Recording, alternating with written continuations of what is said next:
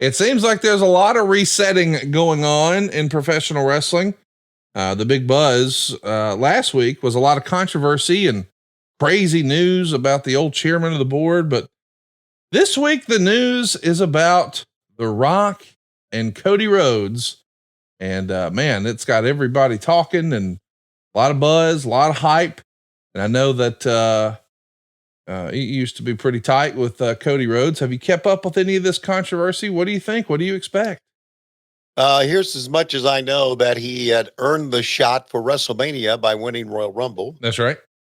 And then gave it to The Rock. Yep. Mm-hmm. And a lot of fans, I guess, are upset that he earned his shot and won't get it. Yeah. And some fans think, well, it's because The Rock is part of the company now. One of the owners of the company, I guess, or one of the investors in the company. I don't know how you describe that. That he took it away from Cody. But I think it's all a work, so something's going to happen. Well, it wasn't a work, but they could always turn it into a work. That's one of the great things about pro wrestling. And sometimes you can have a work that turns into a shoot, and sometimes you can have a shoot that turns into a work.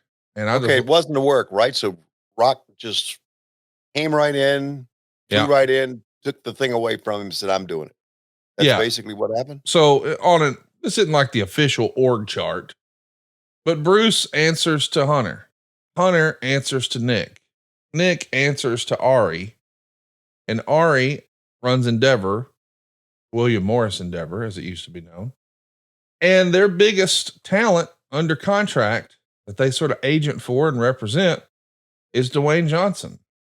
So by default, now The Rock runs WWE. I mean, his daughter all of a sudden is the GM, general manager, whatever you want to call it, for NXT. And The Rock is back. And even though he didn't win the Royal Rumble, which would have made a lot of sense, been easy, instead they had Cody win the Rumble, and now they're having him give the shot to The Rock. So the whole video game campaign about finishing the story, that's seemingly out the window. It's hard for me to wrap my head around, but as you said, it's a work. It could become one. It just didn't start that way. So basically, Ari said, "We ain't doing that. We're doing The Rock." I think The Rock said, "Here's what I'm going to do. I'm going to wrestle Roman Reigns on night 2, and we're going to finish the bloodline story, and I'm going to beat his ass, and I'm the head of the table."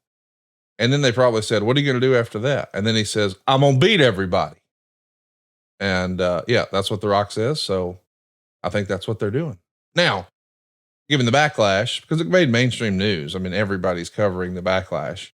They could pivot. And by the way, they could make a great story out of it. I mean, I think the silver lining in all of this is The Rock is sort of a package deal with Brian. And now that Brian's back, he's like a freaking wrestling savant. So I feel really good about where it winds up. It just didn't start that way. Let's be positive, right? Let's try that. You said Brian? Yeah. Guy Wirtz, as Michael Hayes would say. He used to be the head writer for wrestling a long, long time ago. But a lot of the great comedy stuff that you have seen with us from the era where you missed, or even like Eric Bischoff's, maybe his most classic WWF moment where there was a Billy and Chuck wedding and he pulled off the old man mask to reveal that it was him. That was all written by Brian.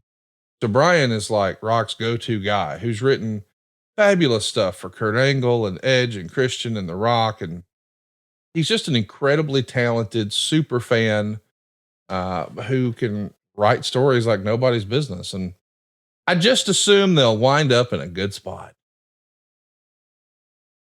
And I also assume that so will Sting. You know, this is the biggest thing in AEW right now. It's a great time to be a wrestling fan because you've got some interesting stories on the other channel. But man, I'm so excited for Sting. Tonight, I think, Tony, is Sting's first shot at AEW Gold. Is that right? That's right. I mean, that's a big deal. He's going to be tagging with Darby Allin, who he has given the rub to in a way that I don't think I've ever seen anybody do this before. It's been so well done and sort of establishing Darby as like the next generation Sting. And what still annoys me is in my household, the very first time Darby Allin was on AEW TV and he got on that skateboard and skated down to the ring, Megan just looked at me not a wrestling fan. She hates wrestling and says, "Oh, so he's the AEW Sting." This is before Sting's even there. And I'm like, what? No. Well, she nailed it. And, She sure did. they're getting a title shot as you're listening to this tonight against Ricky Starks and Big Bill.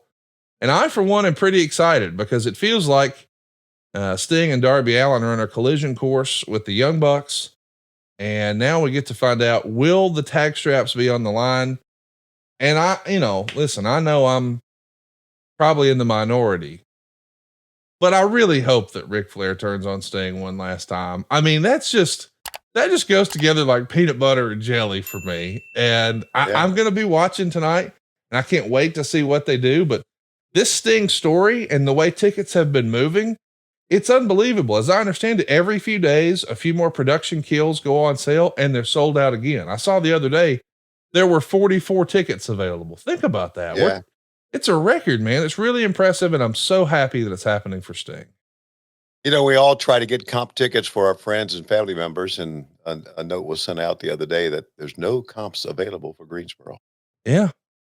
Yeah. How about that? So, well, let me say this. Sting's still going to appear on a handful more shows before Greensboro. So if for some reason you can't make it to Greensboro, go see him at some of the other opportunities. Like he's going to be right down the hill from me, February 28th at the Von Braun Center. I guess it's called the Probst Arena now, AEWTIX.com. Tickets are on sale now. I'm going to be there. Love to see you there. If you're going to the Huntsville show, come find me, say hello, chat me up. Let's talk about wrestling. But it's really going to be history here in Huntsville. It'll be Sting's last television appearance as an active wrestler, because Huntsville is going to be in for a real treat. It's not just Dynamite, but Collision as well, a doubleheader taping, and you can be a part of real wrestling history. And that word gets thrown around a lot, but man, Sting, what a legendary career. For decades, he's been such a big part of all of our wrestling fandom.